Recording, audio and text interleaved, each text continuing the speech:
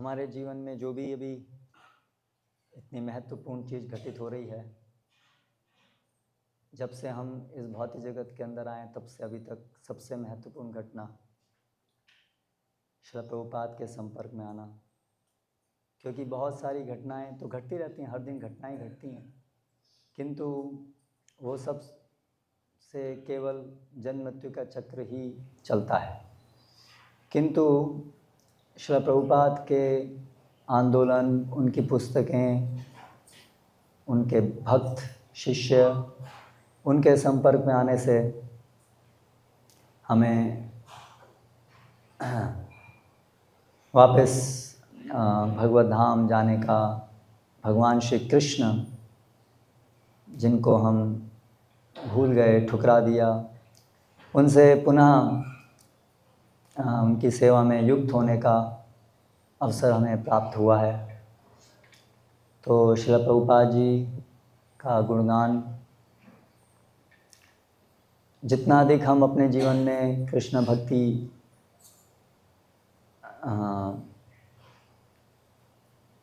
के अंदर रत होंगे, उतना ही हम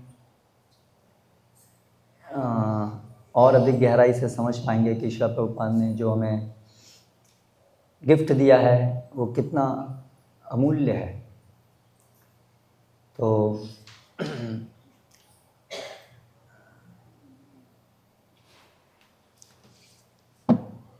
अभी कुछ ही दिन पहले परम पूज्य भक्ति विकास स्वामी महाराज ने ये पुस्तक उनकी एक प्रकाशित हुई, mood and mission of Srila Prabhupada, उसमें एक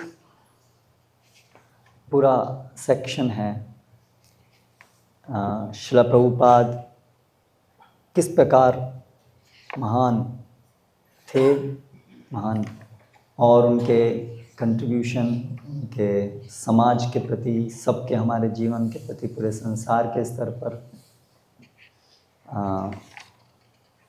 उनका योगदान। तो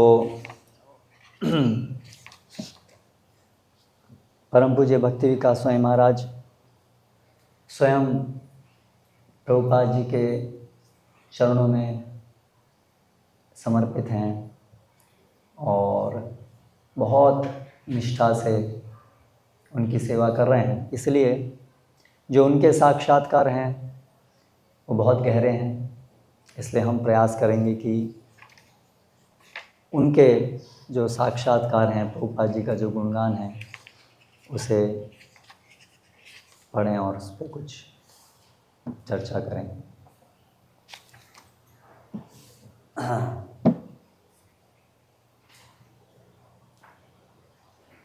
थोड़ा सा मैं पढ़ूंगा, थोड़ा फिर बीच में बोलूँगा। To be a pure devotee of Krishna does not necessarily entail that one has to perform many quantifiably outstanding activities. Srila Gaur Kishore Das Babaji Maharaj is just one example of a topmost devotee who did nothing in his whole life that would impress materialistic people. However, pure devotee preachers act within the world to change it, to bring materialistic people to Krishna consciousness, and in doing so, they perform activities that are impressive even to worldly materialistic people. Certainly, many of Srila Prabhupada's achievements, even from a materialistic perspective, were extraordinary. They are often described as miraculous, but they were also hard-won. His success in fulfilling Lord Chaitanya's desire by spreading Krishna consciousness globally was, in significant ways, even more remarkable than that accomplished by Lord Chaitanya in India almost 500 years before. शुद्ध भक्त होने के लिए ऐसा जरूरी नहीं है कि कुछ ऐसा कार्य वो करें जो पूरे संसार में लोग उसको सराह पाएँ, भौतिकतावादी लोग। जैसे कि गौर किशोरदास बाबा जी महाराज, जो श्रील प्रभुपाद के परम गुरु महाराज थे, तो वो अनपढ़ थे और भौतिकतावादी लोगों के लिए की दृष्टि में उन्होंने क्या किया? उन्होंने कोई आंदोलन शुरू नहीं किया, उन्होंने कोई भौतिक दृष्टि से तो कुछ नहीं किया, लेकिन आध्यात्मिक दृष्टि में भी वो जिसको आध्यात्मिक समझते हैं या जिसको वो कुछ बड़ा समझ पाते हैं भौतिकतावादी लोग, ऐसा उन्होंने कुछ नहीं किया। लेकिन वो शुद्ध भक्त हैं, महान शुद्ध भक्त।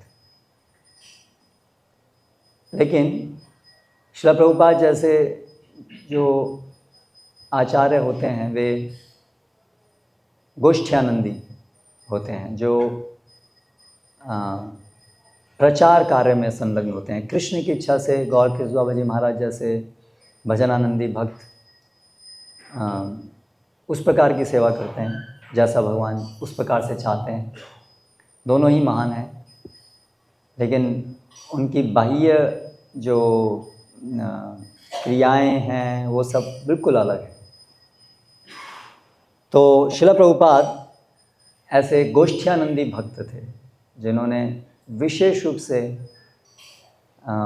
बद्ध जीवों तक कृष्ण संदेश कैसे पहुंचाया जाए और कैसे उनको ट्रेन किया जाए, जिससे कि वो धीरे धीरे प्रगति करते हुए शुद्ध भक्ति के मार्ग में अग्रसर हों, और विशेष रूप से पूरे संसार के स्तर पे एक मास स्केल पर एक आंदोलन के रूप में कैसे कृष्ण भक्ति को स्थापित किया जाए,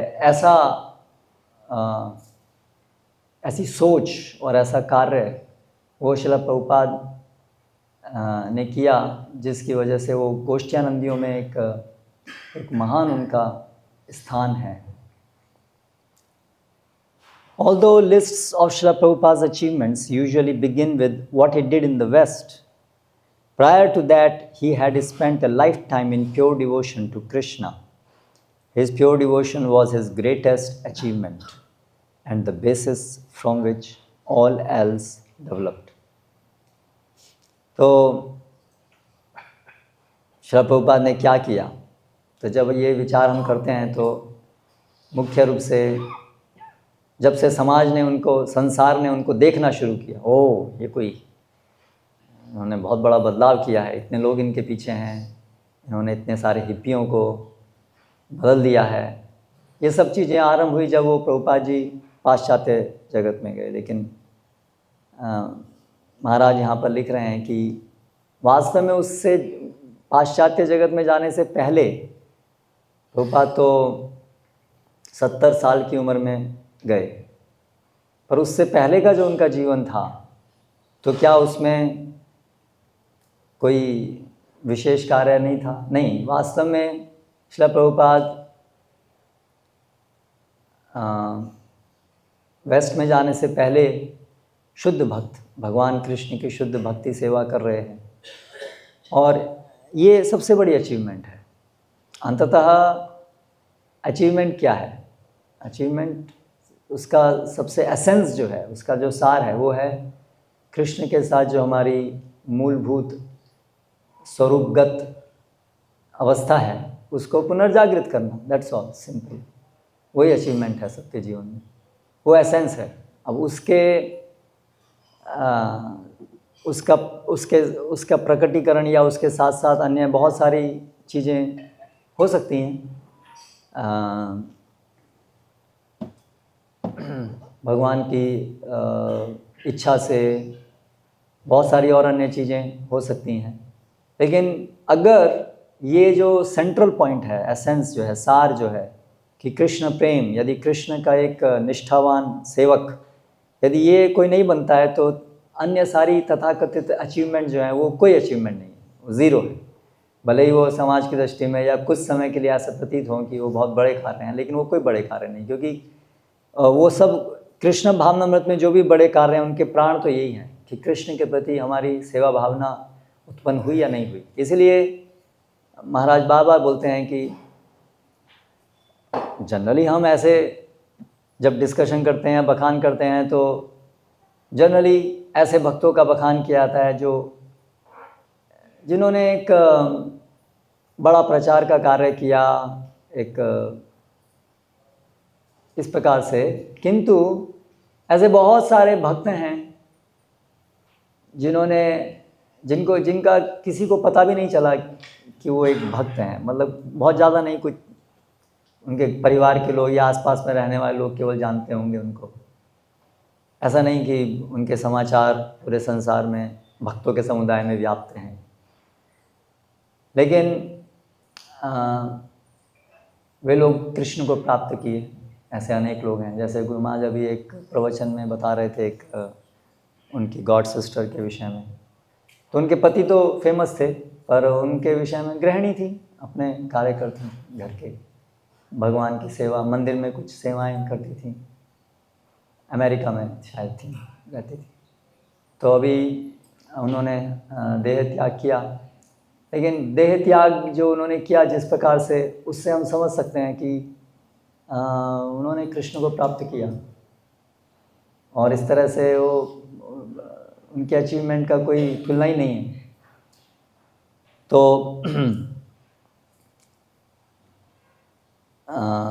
तो ये तथ्य को हमें ध्यान रखना चाहिए।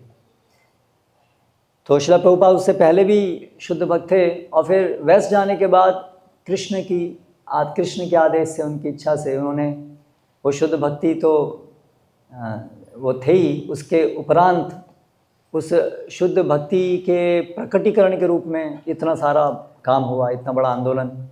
तो जो उनकी जो शुद्ध भक्ति थी वही उसका बेसिस भी था, उसी के आधार पे वो सब कार्य हुआ। तो जो भी कृष्ण भक्ति के अंदर कुछ भी महत्वपूर्ण कार्य होता है, उसका आधार तो हमारी अपनी कृष्ण चेतना ही होती है, वही उसका सार है। In 1965, elderly alone and with no institutional support, Srila Prabhupada left India for the first time. He went by the only means available to him, a cargo ship. He suffered 2 heart attacks. अभी देखिए, एक एक चीज़ जो है, जो उन्होंने की है, ये एक एक वस्तु अपने आप में अभूतपूर्व है, मिराकुलस है, एक एक चीज़। और ऐसी उन्होंने कितनी की। अगर वो केवल एक ही चीज़ करते हैं इनमें से, तो भी वो दिखाता कि कितने महान व्यक्तित्व वो हैं, कितने महान व्यक्ति हैं, जो ऐसी अगर एक भी चीज़ वो करते होते तो। लेकिन श्रील प्रभुपाद ने इतनी सारी ऐसी चीज़ की हैं जो कि कृष्ण की विशेष कृपा के बिना वो संभव ही नहीं है। तो इस तरह से हम कुछ हद तक समझ सकते हैं कि श्रील प्रभुपाद कितने अंतरंग भक्त हैं भगवान के, कि उनको भगवान ने इतनी शक्ति प्रदान की कि वो इतने अभूतपूर्व कार्य कृष्ण प्रचार के, कृष्ण सेवा में कर पाए। तो 70 साल की उम्र में जाना, यहाँ पर कितने लोग हैं 70 साल की उम्र के, 70 ईयर्स एज के, यहाँ कितने लोग हैं? आशा चंद्र बाबू, आप? नॉट येट 65, कोई भी नहीं, देखिए। अच्छा, 1-2 हैं। तो 70 साल की उम्र में जहाँ पर हम लोग अगर मंदिर में आ गए, मंगला आरती में आ गए, तो सब लोग बोलते हैं प्रभु जी आप कितने महान, 70 साल की उम्र में भी आप जो है मंदिर में आ रहे हैं, कुछ सेवा करते हैं तो। लेकिन प्रभुपाद तो 70 साल की उम्र में तो अकेले पाश्चात्य जगत में गए, और वो भी गए कैसे, आप देखिए आजकल कितना हमारे लिए आसान है सब जगह जाना। प्रभुपाद एक कार्गो शिप में गए, रास्ते में हार्ट अटैक। मतलब ये एक एक चीज़ के ऊपर हम सोचेंगे तो वो दिखाता है कि श्रील प्रभुपाद की महानता को। और उनके पास कुछ पैसा भी नहीं था, $60 था, और वो भी रुपीज़ के फॉर्म में था, जो कि कन्वर्ट होना भी नामुमकिन था। Yet even these substantial impediments were minor compared to the cultural and conceptual differences that separated his Krishna conscious message from the Western psyche. तो ये जो आंदोलन के आरंभ में जो चुनौतियां उन्होंने झेली, उससे कहीं अधिक चुनौती थी, बड़ी चुनौती थी कि जो उनके ऑडियंस थे, जिनको श्रील प्रभुपाद निकले थे कृष्ण भक्ति का प्रचार करने के लिए, पाश्चात्य जगत के लोग, उनकी जो कल्चर है, उनका जो पूरा भगवान या आध्यात्मिकता को लेकर के जो उनकी समझ है, वो बहुत अलग थी। सामान्यतया हम लोग जो छोटा मोटा कुछ भी प्रचार करते हैं तो उसमें हम लोग बड़ी जैसे पैम्फलेट बनाते हैं हम लोग कोई भी प्रोग्राम का, तो Bhagavad Gita course 6 days Bhagavad Gita course, और हम अपेक्षा करते हैं कि ऐसा हम पैम्फलेट छपाएंगे तो कई लोग रजिस्टर कराएंगे, कई लोग आएंगे। लेकिन पाश्चात्य जगत में आप अगर ऐसा छपाएंगे भगवद गीता कोर्स तो कोई भी नहीं आएगा। किसी को कोई रुचि नहीं है उस विषय में। भगवद गीता के महत्व कोई नहीं जानता है। अभी जानते हैं, अभी कुछ जानते हैं, बल्कि काफ़ी बड़ी मात्रा में जानते हैं अभी। लेकिन जब श्रील प्रभुपाद गए थे तब केवल कुछ स्कॉलर्स जो ओरिएंटल स्टडीज़ यूनिवर्सिटीज़ में कर रहे थे, यानी कि हिंदू स्टडीज़ ऐसे कुछ डिपार्टमेंट के लोग होते हैं, तो वो कुछ अपनी पीएचडी थीसिस इत्यादि के लिए कुछ ऐसे स्टडी करते हैं। तो ऐसे कुछ स्कॉलर्स केवल ये जानते हैं कि भगवद गीता में क्या लिखा है। एक्चुअली तो वो भी नहीं जानते हैं, लेकिन कम से कम लिटरल शाब्दिक रूप से क्या लिखा है ऐसा वो लोग जानते हैं।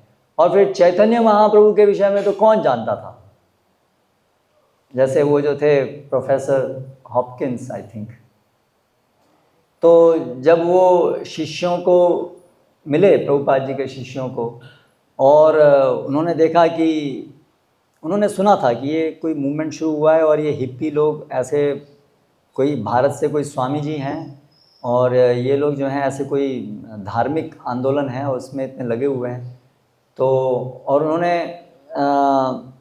पढ़ा था कि ये चैतन्य, कुछ न्यूज़पेपर में आर्टिकल वगैरह थे, तो उसमें से उन्होंने देखा था कि ये कोई चैतन्य महाप्रभु के परंपरा वाले कोई हैं स्वामी जी, और वो स्कॉलर थे, तो उन्हें ज्ञात था चैतन्य महाप्रभु का क्या है आंदोलन, क्या उनकी शिक्षाएं हैं, कुछ हद तक उनको पता था, स्कॉलर थे। तो वो शिष्यों से जब मिले तो शिष्य बहुत उत्साही थे भगवान का प्रचार करने में, बहुत उत्साही और बहुत सेवा भावी और सब। लेकिन उनसे वार्तालाप करने पर उनको पता चला कि उनको तो फिलॉसफी तो कुछ भी नहीं पता है। प्रभुपाद चैतन्य महाप्रभु की जो फिलॉसफी है वो तो बिल्कुल नहीं पता है उनको। उनको बहुत आश्चर्य हुआ कि ये बिना फिलॉसफी के कैसे ये संभव है कि ये लोग इतने उत्साह से हरि नाम ले रहे हैं, कैसे ये संभव है। फिर उनके जो प्रभुपाद जी के शिष्य थे, कुछ समय बाद प्रभुपाद जी वहाँ आए और उन्होंने वो जो स्कॉलर थे हॉपकिंस, उनकी भेंट प्रभुपाद जी से कराई। और फिर प्रभुपाद जी से जब वो मिले स्कॉलर, और तब जब उन्होंने देखा कि प्रभुपाद जी एक कितने महान स्कॉलर हैं, चैतन्य महाप्रभु के अनुयायी हैं, स्कॉलर हैं, भक्त हैं, तो फिर उनको सब समझ में आया कि अच्छा ये इनकी वजह से ये सब हो रहा है। इनका ये प्रताप है कि ये जानते हैं चैतन्य महाप्रभु की फिलॉसफी को, और ये पूरा हृदय में धारण किए हुए हैं उनके चैतन्य महाप्रभु की शिक्षाओं को, और उनके प्रताप से ये जो उनके शिष्य हैं, भले ही वो इनको, please turn your mobiles of, कृपया देख लीजिए, मोबाइल निकाल करके देख लीजिए सब लोग।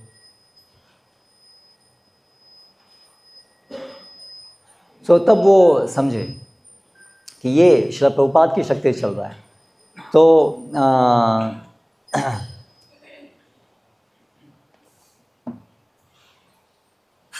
तो वहाँ पर जो उस समय जो पूरी कल्चर थी, आज जो हम भारत में धीरे धीरे आ रही है, अभी भी उसका उतना प्रभाव हम नहीं देखते हैं। वहाँ की जो कल्चर है और भगवान की जो पूरी उनकी समझ है, क्रिश्चियनिटी भी, अगर एथीज़्म और क्रिश्चियनिटी, तो जो क्रिश्चियनिटी है उसके अंदर भी जो भगवान की जो कंसेप्ट है, जो समझ है कि हम हमेशा भगवान से कुछ प्राप्त करने की आशा करते हैं, वही हमारा अंडरस्टैंडिंग है गॉड का। God give us our daily bread, हमें खाने को दो। प्रभुपाद अप्रिशिएट किए कि ये भी आरंभ है, भगवान को समझने के लिए ये आरंभ है। लेकिन प्रभुपाद जो सिखाने गए थे वहाँ पर तो कृष्ण को शरणागति यहाँ से शुरुआत होती है। सरेंडरिंग टू कृष्णा, जहाँ पर कि हम कृष्ण को अपना जो हमारी भौतिक आवश्यकताएं हैं, जो हमारी इंद्रियों की आवश्यकताएं हैं, उनको पूर्ति करने के का साधन नहीं समझते हैं। भगवान की भगवत्ता इसमें हम नहीं देखते हैं कि बस वो हमारी आवश्यकताओं को पूरी करता है, बल्कि इसके और परे कैसे हम भगवान के दास हैं, हमें भगवान को आनंद प्रदान करना है, हमें उनकी सेवा करनी है। तो ऐसा जो बिल्कुल थियोलॉजिकल कंसेप्ट जो बहुत ही एक अलग था, वो चीज़ सिखाने प्रभुपाद जी गए थे। तो बहुत कठिन कार्य था। और हालांकि वो जो उस समय के वेस्ट के लोग थे, उनके लिए हरे कृष्णा चैंट करना इतना ज़्यादा मुश्किल नहीं था, क्योंकि म्यूज़िक और थोड़ा कीर्तन, और उसमें उस समय जो लहर चल रही थी हिप्पी आंदोलन, तो उसमें कई लोग वो इंडिया में आकर के गए थे और कुछ तथाकथित साधुओं को उन्होंने देखा था और एक इमेज उन्होंने बनाई थी। और थोड़ा सा जो ये हिंदू कुछ नाम लेना, कुछ ये सब कीर्तन वगैरह करना, इसके लिए थोड़ा सा उनका इंट्रोडक्शन था, तो वो फिर भी सरलता से कर सकते थे। लेकिन श्रील प्रभुपाद ने जो उनसे अपेक्षाएं की, जो प्रभुपाद जो उनको सिखाने गए थे, वो तो बहुत गहरी चीज़ें थी। केवल चैंटिंग नहीं करना था, 4 नियम पालन करने थे। ये बहुत बड़ी बात थी, 4 नियम पालन करना। जो ये 4 नियम है वेस्ट के अंदर, हर स्त्री पुरुष ये 4 नियम हैं, ये 4 नियम को तोड़ना खराब है, ये भी कोई नहीं समझता है। कम से कम अभी भी भारत के अंदर अगर ज़्यादातर लोग कम से कम अंतःकरण में ये स्वीकार करते हैं कि यह चीज़ गलत है, लेकिन वेस्ट में तो उस समय भी ऐसा कोई कंसेप्ट ही नहीं था कि ये चीज़ें कोई गलत हैं, ये सामान्य मानी जाती हैं। और प्रभुपाद उनको अपने शिष्यों को, मतलब उनका शिष्य बनना होगा तो ये 4 नियम पालन करने होंगे। ये बहुत मुश्किल कार्य था। बहुत सारे और लोग गए थे प्रभुपाद के समय में। उस समय इंडिया से बहुत सारे स्वामी जाते थे, बहुत सारे, मतलब कुछ, लेकिन वो सब लोग जो हैं, जो वहाँ की जो कल्चर थी, ये सब जो अय्याशी, ये इसको चेंज करने का किसी ने प्रयास नहीं किया, इसको अटैक करने का किसी ने प्रयास नहीं किया। थोड़ा बहुत कोई ना कोई मंत्र दे दिया और मंत्र करो और ऐसा कुछ चीज़ें, लेकिन बल्कि वो खुद वेस्ट के जो लाइफस्टाइल है उसको अपनाने के लिए विवश होते थे। लेकिन प्रभुपाद जी, आप देखिए प्रभुपाद जी कितने बोल्ड थे। ऐसे धोती पहनना है, धोती वहाँ जा कर के धोती, न केवल खुद पहनना बल्कि पहनवाना वहाँ के लोगों को, और स्त्रियों को साड़ी। ये एक एक चीज़ हम सोचेंगे तो बहुत मुश्किल कार्य है। कितनी आपको इसके लिए श्रद्धा चाहिए कि ये सही मार्ग है, ये इनका भला करेगा, ये इनका हित करेगा, और हित करने के लिए कितनी बड़ी इच्छा होनी चाहिए कि व्यक्ति इतना कठिन कार्य ले सके, है ना। अगर हमारी हित करने की भी इच्छा होती है लेकिन बहुत कठिन कार्य है, बहुत प्रबल इच्छा नहीं है, तो हम छोड़ेंगे, अरे भाई इनके बस की नहीं है, बहुत मुश्किल है, छोड़ो इनको। लेकिन प्रभुपाद जी के अंदर लोगों का हित करने की कितनी प्रबल इच्छा रही होगी कि उन्होंने उसके लिए इतने जो बड़े बड़े परिवर्तन जीवनों में करने थे, पूरे उनकी सोच में, उनकी जीवन शैली में, खान पान में, रहन सहन में, हर चीज़ में वो चेंज करना, वो उनका लक्ष्य था और उन्होंने वो सिस्टमेटिकली करवाया। ऐसा नहीं कि प्रभुपाद जी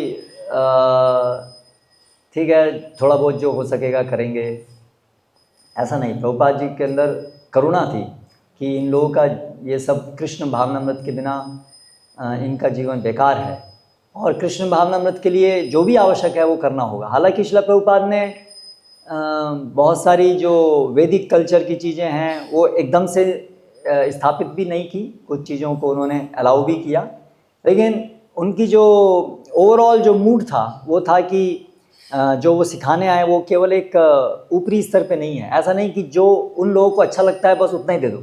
सामान्यतः प्रचारक का मानसिकता, जो वास्तविक प्रचारक नहीं होते हैं, उनकी मानसिकता ये होती है कि लोग क्या चाहते हैं उनको वो दे दो, इससे वो कम से कम आपको सुनने आएंगे और आप एक प्रचारक हैं स्वीकार करेंगे, नहीं तो भाग जाएंगे। लेकिन शिला प्रभुपाद ऐसे सस्ते प्रचारक नहीं थे। शिला प्रभुपाद तैयार थे कि भाई मैं तो यही प्रचार करूंगा जो वास्तव में जिससे उनका हृदय परिवर्तन हो सके, नहीं तो कोई भी अगर शिष्य भी नहीं मिलेगा तो चलेगा। मुझे शिष्य बनाने के लिए मैं नहीं आया हूँ, मैं वास्तविक वस्तु देने के लिए आया हूँ। उसका जो भी मूल्य चुका सकता है वो चुकाए। तो इस तरह से शिला प्रभुपाद एक उनके अंदर जो हृदय के अंदर जीवों का उद्धार करने की जो करुणा थी वो बहुत गहरी थी। वो अपने लिए कुछ भी प्राप्त करने नहीं गए थे वहाँ पर। अन्य बहुत से लोग शोहरत, फेम, यश प्राप्त करने गए, पैसा, ये सब, लेकिन प्रभुपाद ऐसे नहीं। एक और इसी पुस्तक के अंदर एक प्रभुपाद के शिष्य लिखते हैं कि प्रभुपाद के बहुत सारी शिष्याएं थीं स्त्री शरीर में, लेकिन कोई भी शिष्या कभी भी किसी ने अनुभव नहीं किया कि प्रभुपाद कभी भी कोई स्त्री के प्रति आकर्षित थे। जबकि बहुत सारे पाश्चात्य जगत में जो लोग तथाकथित स्वामी गए तो अनेक बार उनके जीवन में ये देखा गया कि वे लोग, ये जो बहुत गहन बंधन है, ये बंधन का कारण है, इसमें वो भी ग्रसित हो जाते थे। लेकिन प्रभुपाद जी नहीं हुए। तो प्रभुपाद जी कुछ भी चीज़, इस भौतिक जगत की कुछ भी चीज़ के प्रति उनका कोई आकर्षण नहीं था। वो तो देने गए थे, वो कुछ लेने नहीं गए थे।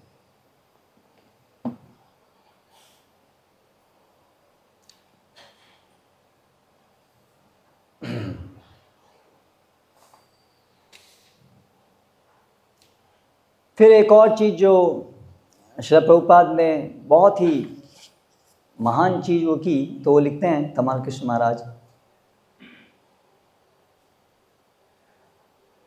You have come to the hellish planets to deliver us. It's amazing enough. You have made such a gigantic movement, but the fact that you have made it with such mlechas as us is what is most astounding. It's like building a skyscraper with swabs and straw and mud. जैसे अभी हम लोग मंदिर के लिए design और ये सब प्रयास कर रहे हैं, तो पत्थर का मंदिर, तो पत्थर के मंदिर के लिए वो फाउंडेशन बहुत नीचे से ही पत्थर की फाउंडेशन होनी चाहिए, क्योंकि बहुत सारा वज़न उसके ऊपर आने वाला है। ऐसे बहुत स्ट्रॉन्ग स्ट्रक्चर चाहिए, बहुत उसमें एक एक उसके जो ब्लॉक्स हैं वो बहुत स्ट्रॉन्ग होने चाहिए। अगर कोई भी ब्लॉक जो है वो कच्चे हैं तो पूरी बिल्डिंग ढह जाएगी। लेकिन अगर कहा जाए कि ऐसी बड़ी ऊंची बिल्डिंग बनानी है और आपको मिट्टी और स्ट्रॉ, घास फूस से बनानी है, तो वो संभव नहीं है। लेकिन श्रील प्रभुपाद ने इतना बड़ा आंदोलन, विश्वव्यापी कृष्ण भक्ति में सबको लेके आने का, कलयुग के पूरे प्रभाव को रोक देने वाला, भीष्म पितामह ने गंगा नदी को रोका, लेकिन ये तो पूरे कलयुग का प्रभाव रोकना और मुश्किल काम है, बहुत मुश्किल काम है।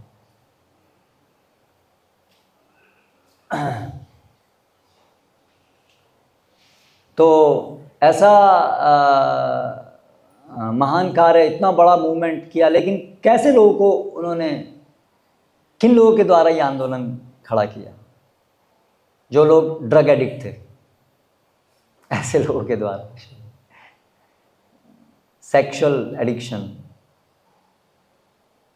ऐसे लोगों के द्वारा। मतलब एक आध्यात्मिक आंदोलन शुरू करना है और वो ऐसे लोगों के द्वारा, उसके जो मेंबर्स हैं वो ऐसे लोग हैं जो मतलब शुरू में जो इंडक्ट किए हैं, जो इस प्रकार के हैं, ये उनका गुण है।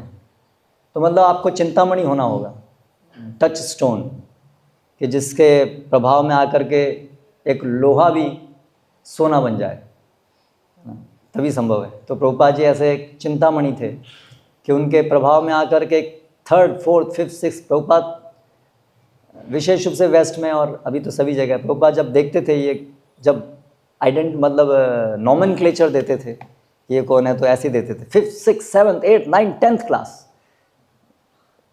तो ऐसे लोगों से ही आंदोलन प्रभुपाद ने शुरू किया।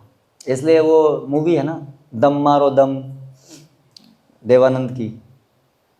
तो वो लोग, ये पूरा संसार की ऐसी स्थिति थी, वो उनके लिए बहुत ये पहेली है, ये क्या है, ये स्वामी जी हैं, इधर ये हिप्पी लोग हैं और ये हरे कृष्णा कर रहे हैं, ये सब उनके लिए पहेली है, क्या हो रहा है, क्या है। सामान्यतः तो इन लोग ऐसे ही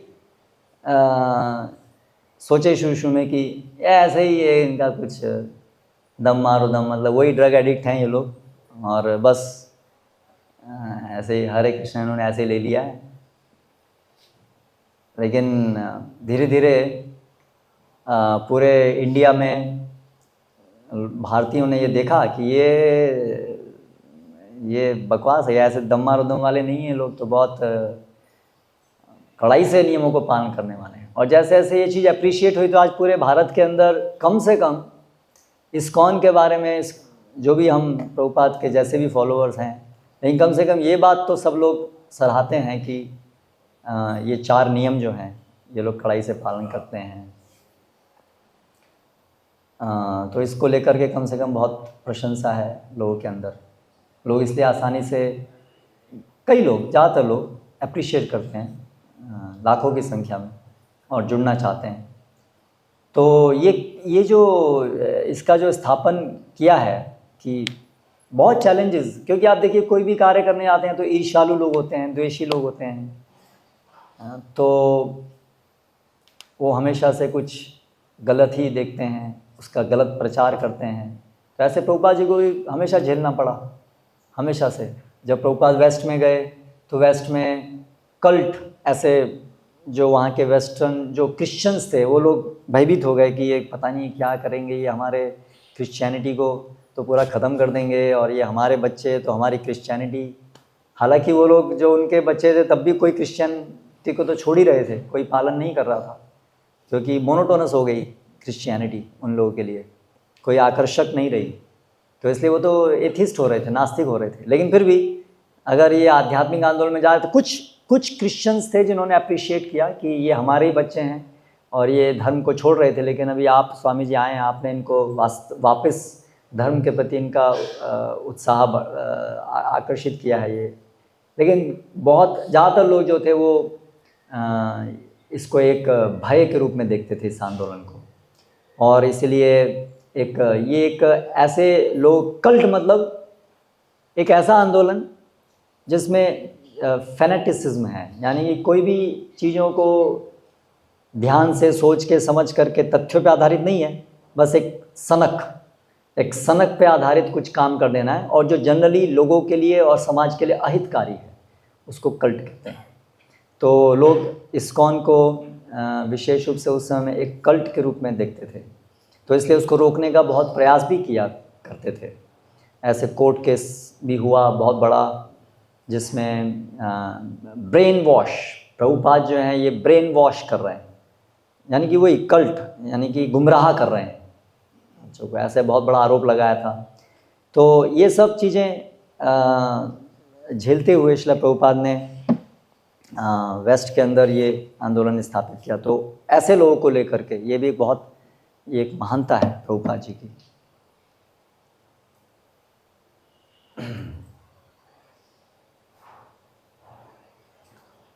फिर 1 साल के अंदर ही जब प्रभुपाद पाश्चात्य जगत में पहुंचे तो उन्होंने ये इस्कॉन के नाम से एक लीगल एंटिटी, एक ट्रस्ट, एक ऑर्गेनाइजेशन शुरू की, और धीरे धीरे उन्होंने इस पूरे संस्था के एक विश्वव्यापी, प्रभुपाद ने नाम दिया है ना, इंटरनेशनल सोसाइटी, जबकि उस समय में इंटरनेशनल कुछ भी नहीं था, नेशनल भी कुछ नहीं था।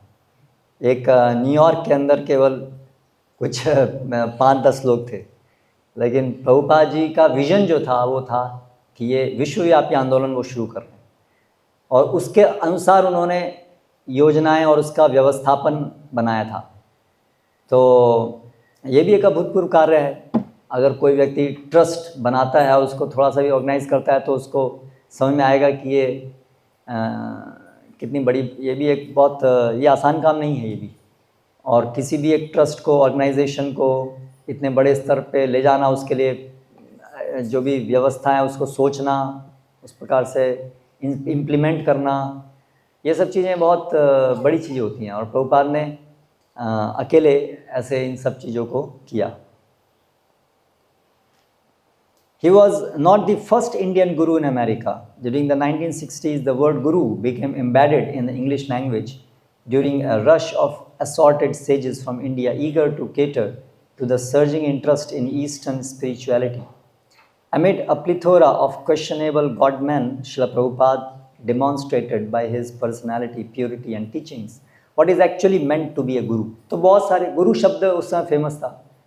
उस समय वेस्ट के अंदर भारतीय ईस्टर्न स्पिरिचुअलिटी, जो पूर्व की जो आध्यात्मिकता है उसके प्रति कुछ इंटरेस्ट था, लोग इंटरेस्टेड थे कुछ। प्रभुपाद ने इसको यूज़ किया, इसलिए भक्तिनाथ सरस्वती महाराज ने बोला था पाश्चात्य जगत में जाइए, और पाश्चात्य जगत में भी यूरोप भी था और अमेरिका भी था। तो विशेष रूप से अमेरिका के अंदर ये था, लोग आते थे वेस्ट से, लोग आते थे भारत में बुद्ध के स्तूप देखने, ऐसे कुछ धार्मिक या तथाकथित स्पिरिचुअलिटी, ऐसे जो ये साधु इनके साथ इनको देखते थे, ये क्या कर रहे हैं, क्या, तो ऐसा एक इंटरेस्ट था, क्या है ये ईस्टर्न स्पिरिचुअलिटी, तो ऐसा एक इंटरेस्ट था। तो प्रभुपाद जी इसीलिए जैसे वो सरफेस क्या बोलते हैं, सर्फर्स होते हैं, तो वो लोग वेव्स का उपयोग करके उसके ऊपर सर्फिंग करते हैं। तो ऐसे ही श्रील प्रभुपाद ने देखा कि ये एक वेव है और उस वेव के ऊपर अभी उसका उपयोग करके कृष्ण भक्ति का प्रचार हो सकता है। इसलिए प्रभुपाद वेस्ट में और अमेरिका में और हिप्पी यूथ, जो लोग जिनके अंदर वो चिंगारी थी, कुछ इंटरेस्ट था, प्रभुपाद जी जब यहाँ से इंडिया से गए थे तो उनका विचार था कि ये जो संदेश है ये तो इतना गहन और फिलॉसफिकल, तो जो वेस्ट के जो विचारक लोग हैं उनके मध्य में जाऊंगा और ये भगवत गीता भागवतम की जो गहन शिक्षाएं हैं उनका प्रचार करूंगा। लेकिन कृष्ण की योजना कुछ और थी, और प्रभुपाद जी को जो लोग मिले उनके प्रति जो कुछ इंटरेस्टेड थे वो ये हिप्पी लोग थे। तो प्रभुपाद ने ऐसा नहीं कि अरे मेरी तो योजना ये थी, अभी तो ये क्या करें अभी, नहीं, जो भी भगवान भेज रहे हैं प्रभुपाद ने उसी को देखा, ठीक है भगवान इनको भेज रहे हैं, है ना, इनके अंदर कम से कम कुछ रुचि है जो मैं बोल रहा हूँ उसको सुनने की। जो विचारवान है वो लोग के अंदर, तो प्रभुपाद ने देखा वो लोग के अंदर वो रुचि नहीं थी, तो जिनके अंदर भी रुचि थी प्रभुपाद ने उन्हीं से चुन करके, उन्हीं को ही बदल करके, उन्हीं को ही अपना हाथ का इंस्ट्रूमेंट बना करके उन्हीं से कार्य किया, विश्वव्यापी आंदोलन आरंभ किया। मंदिर में भी प्रचार में हम देखते हैं, जो हम जैसे कुछ भी कार्य करना चाहते हैं तो हम भी हमेशा ये अपेक्षा करते हैं कि ऐसे लोग जुड़ें जो कि कुछ कैपेबल हों, कुछ प्रचार कार्य में कर पाएँ, मटेरियली भी कैपेबल, स्पिरिचुअली तो होना ही चाहिए पर मटेरियली भी, क्योंकि भौतिक जगत में कार्य करने के लिए, प्रचार करने के कुछ मटेरियल कैपेबिलिटीज़ भी काम आती हैं, तो इसलिए वो अपेक्षा रहती है। हाँ, लेकिन प्रभुपाद जी को जो लोग मिले तो वो ऐसे भी नहीं थे, लेकिन प्रभुपाद जी ने उनको ऐसा बना दिया अपनी शक्ति दे करके।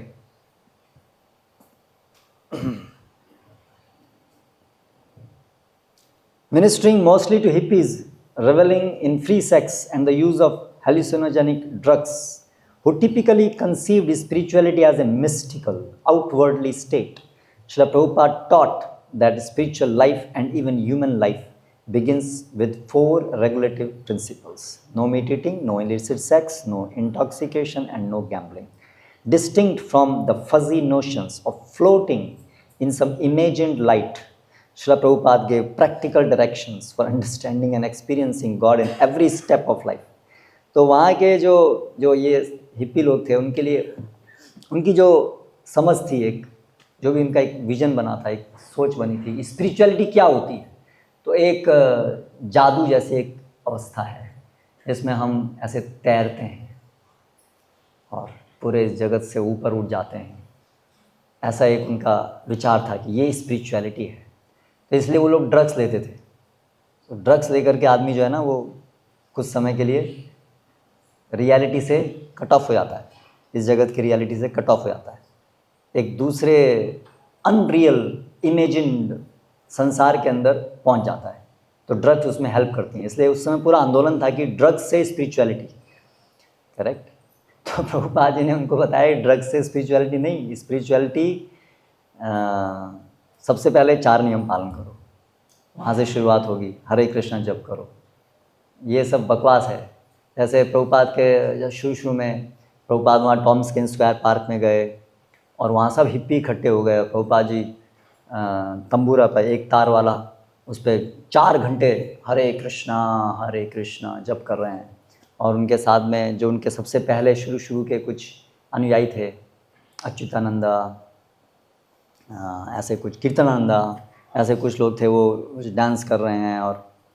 और बाकी सब लोग जो हैं वो सब भी डांस कर रहे हैं और चरस गांजा भी पी रहे हैं और सबको लग रहा है इट्स रियली ट्रांसेंडेंटल। और लेकिन उनके अपने अपने कंसेप्शन है। हालांकि वो प्रभुपाद जी की वो शुद्ध वाणी को सुन करके वो जो एक्सपीरियंस उनको हो रहा है, तो वो अद्भुत एक्सपीरियंस उनको मिला, लेकिन उनकी जो पूरी सोच थी वो अभी भी वही थी। तो ऐसे फिर एक लेडी जो है वो बाद में प्रभुपाद जी से आके बोलती है कि Prabhupada I am seeing some lights, सब मुझे कुछ प्रकाश दिख रहे हैं। तो प्रभुपाद ने बोला keep on chanting they will stop.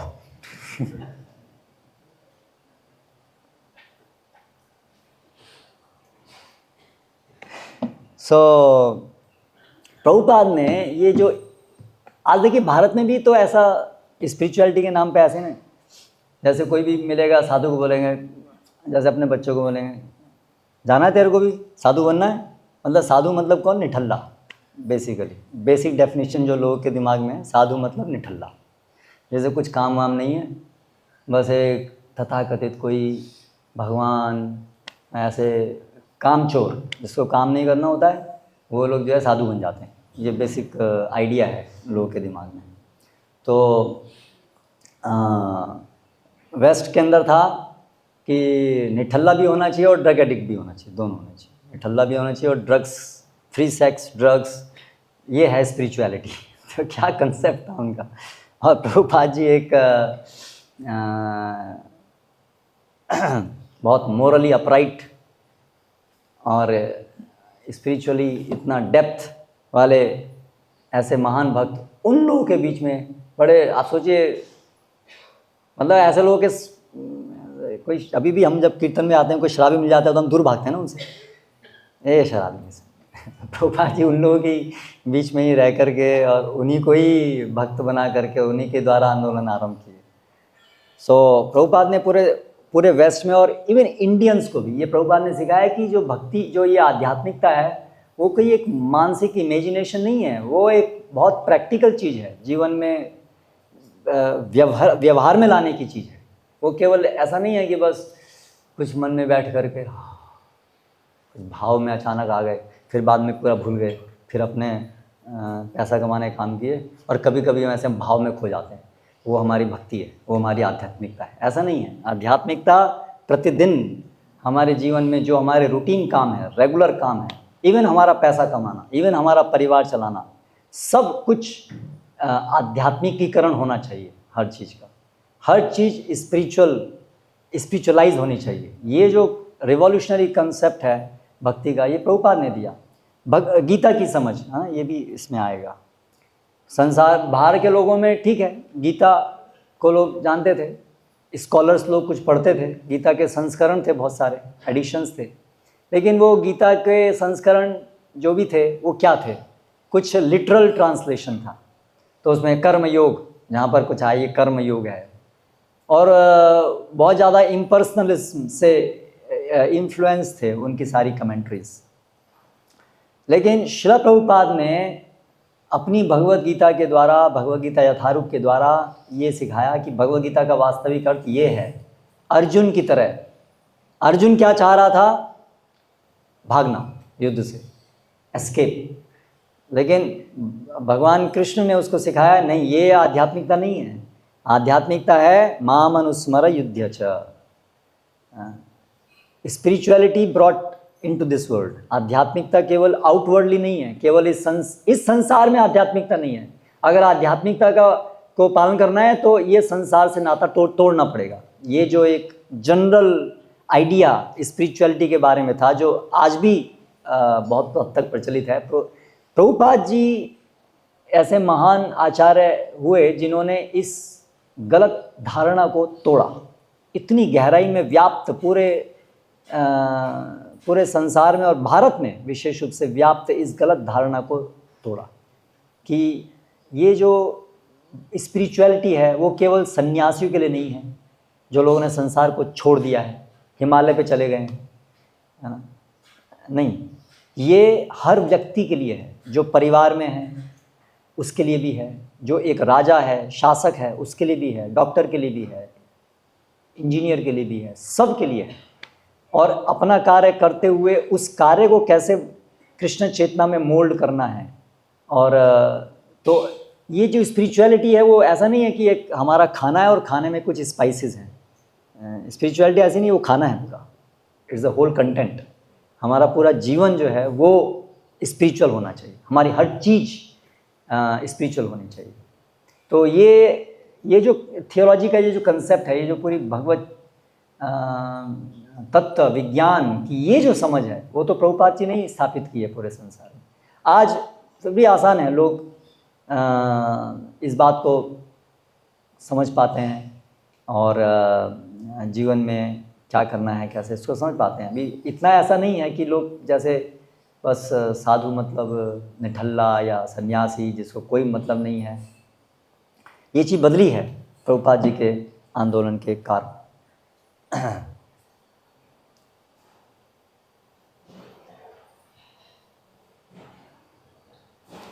He initiated about 5,000 disciples, mostly from the West, but of diverse races, ethnicities, and religious backgrounds, including atheists, sending Western disciples to chant the holy names of Krishna in major cities throughout the world. Srila Prabhupada inaugurated the fulfillment of Chaitanya Mahaprabhu's prophecy that his names would be chanted in every town and village. आप देखिए, भगवान की जो भविष्यवाणी थी, पृथ्वी ते आचे ज्योत नगर आदि ग्राम सर्वत्र प्रचार होई बे मोर नाम, ये प्रभुपाद जी ने पूरी की है.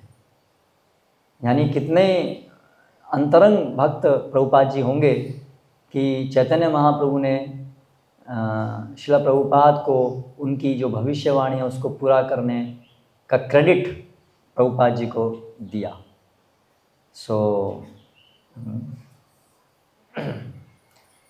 प्रभुपाद जैसे वो पेजावर मठ मध्वा संप्रदाय के एक बड़े प्रसिद्ध और महान स्कॉलर भक्त, तो उन्होंने प्रभुपाद जी का गुणगान करते हुए लिखा कि वेस्ट के बाहर भक्ति ये तो प्रभुपाद जी नहीं ले गए हैं. इंडिया में ठीक है, कुछ हद तक भक्ति लोग जानते हैं, लेकिन वेस्टर्न वर्ल्ड के अंदर आज अगर हालांकि आज तो बहुत अलग अलग और भी आंदोलन हो गए हैं जिसमें कुछ वेस्टर्न लोग आते हैं, कुछ ऐसे संस्थाएं हैं तथाकथित आध्यात्मिक संस्थाएं, लेकिन जो एक्चुअली वो जो ट्रेंड जो शुरू हुआ वो प्रभुपाद जी ने शुरू किया.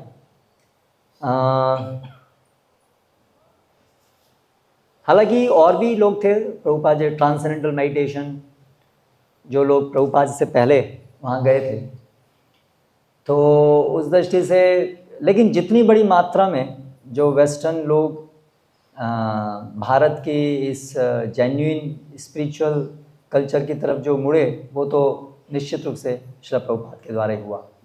और हरे कृष्णा मंत्र, ये हरे कृष्णा इसको फेमस किया प्रभुपाद जी ने. हरे कृष्णा मंत्र तो भारत में कुछ लोग जानते थे, हरे कृष्णा मंत्र है, बाद में आते थे, लेकिन आज ये बड़ा सामान्य चीज़ हो गई है. हरे कृष्णा लोग रिकग्नाइज़ कर लेते हैं, हाँ हाँ हरे कृष्णा सुना है उन्होंने, हरे कृष्णा मंत्र कितने लोग करते हैं. पूरे संसार में कितने लोग हरे कृष्णा जप करते हैं आज, लाखों लाखों की संख्या में है. वो सब प्रभुपाद जी की वजह से, नहीं तो कोई भी ये कैसे कोई भी जप कर. भारत में भी हम लोग नहीं कर, कुछ भी नहीं कर रहे होता. भारत में ठीक है पता था हरे कृष्णा मंत्र, लेकिन कौन है जो 16 माला ऐसे कितने लोग कर रहे होते? केवल शायद कुछ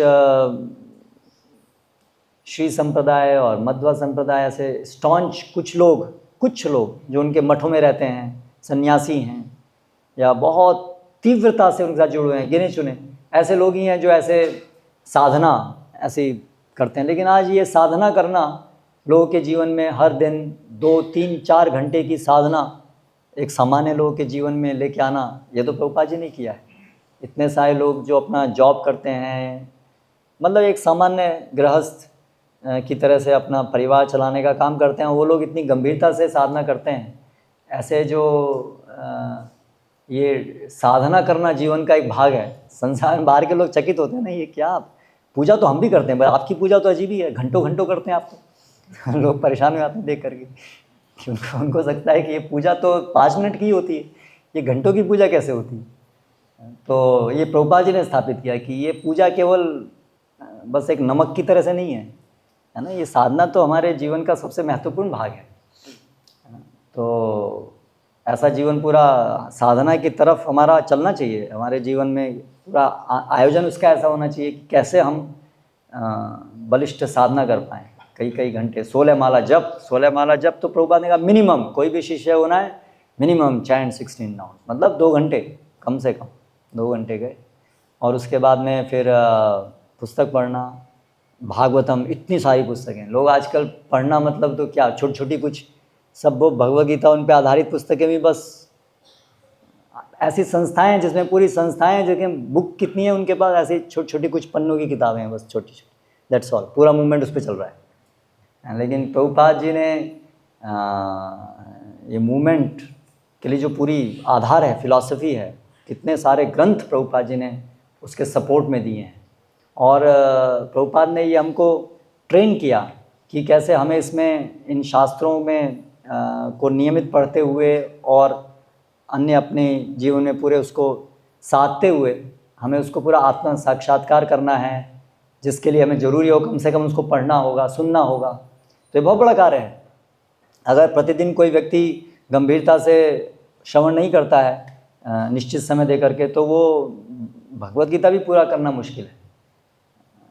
और फिर भागवतम, चैतन्य चरितामृतम, है ना, ये सब इतने ग्रंथ हैं। और भक्त लोग आज देखिए, आज कई लोग पढ़ते हैं। हालांकि अभी दुर्भाग्य से प्रभुपाद जी के जाने के बाद में जो धीरे धीरे वो जो ग्रंथों को पढ़ना वो कम हो गया है, जो दुर्भाग्य की बात है। लेकिन श्रील प्रभुपाद के समय तक और उसके बाद के कुछ समय तक जो भी आंदोलन में जुड़ते थे, वे सब लोग जो भी ग्रंथ हैं उसको पढ़ने में टाइम निकालते थे, वो उसको गंभीरता से लेते थे। तो ये सब ट्रेंड प्रभुपाद जी ने इस्टेब्लिश किया कि ग्रंथों को पढ़ना, ये कल्चर, ये स्पिरिचुअल कल्चर का एक भाग है। जप करना, नाम जप करना, जल्दी उठना, ये भी एक प्रभुपाद जी की देन है, जल्दी उठना। लोगों के लिए जब हम पढ़ते थे कॉलेज में, या जब कॉलेज में नहीं थे, घर में थे, तो सुबह 5 बजे उठना मतलब बहुत, आप तो महान व्यक्ति हैं, 5 बजे उठते हैं, एक बहुत ही एक अच्छा व्यक्ति माना जाता है सुबह 5 बजे उठते हैं। यहाँ तो 5 बजे तो नहा धो करके उसके बाद कीर्तन भी, हमारा मंगला आरती हो जाती है, उसका तो जप करने का टाइम शुरू हो जाता है 5 बजे। तो मतलब रात को कौन उठता है? हम लोग सब रात को उठते हैं ना, हम लोग उस समय तारे होते हैं ना 4:30 बजे, मतलब 4 बजे तो हम मंगला आरती में आ जाते हैं। उठना पड़ेगा आपको उसके लिए कम से कम 4 बजे।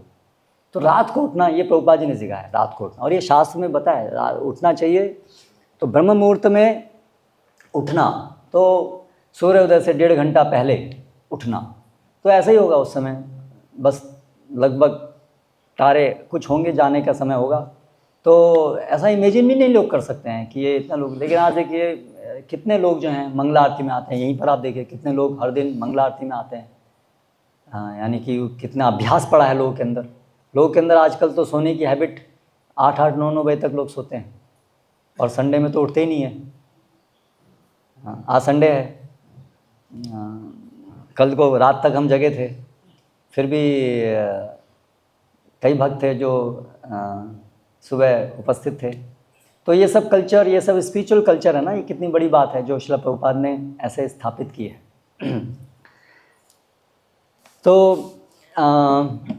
बहुत अच्छी पुस्तक है,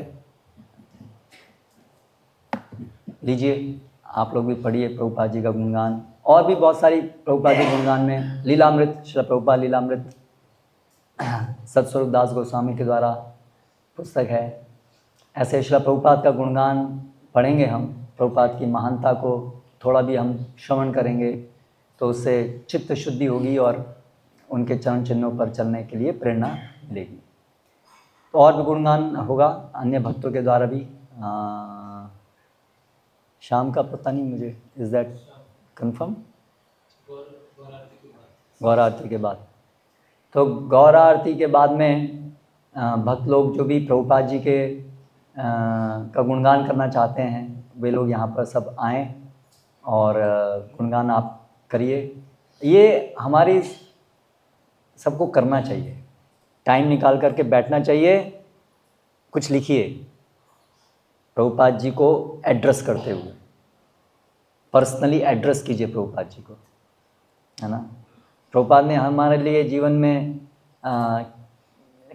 कितना कुछ दिया है, तो उसको स्मरण करते हुए अपने शब्दों में, अपने हृदय से लिखना चाहिए, कुछ बोलना चाहिए। तो ठीक है, बोले नहीं बोले, लेकिन कम से कम कुछ लिखना चाहिए।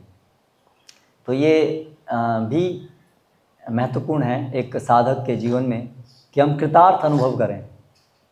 जो हमारे गुरुजन जिन्होंने हमको भक्ति दान दिया है उनकी कृतज्ञता का अनुभव हम करें, तो ये उसका प्रकटीकरण है कि हम कुछ लिखें। तो भक्त लोग ज़रूर लिखिए, प्रभुपाद जी के गुणगान में कुछ लिखिए। हरे कृष्णा कृष्णा कृष्णा हरे हरे, हरे राम राम राम हरे हरे। श्रील प्रभुपाद की जय।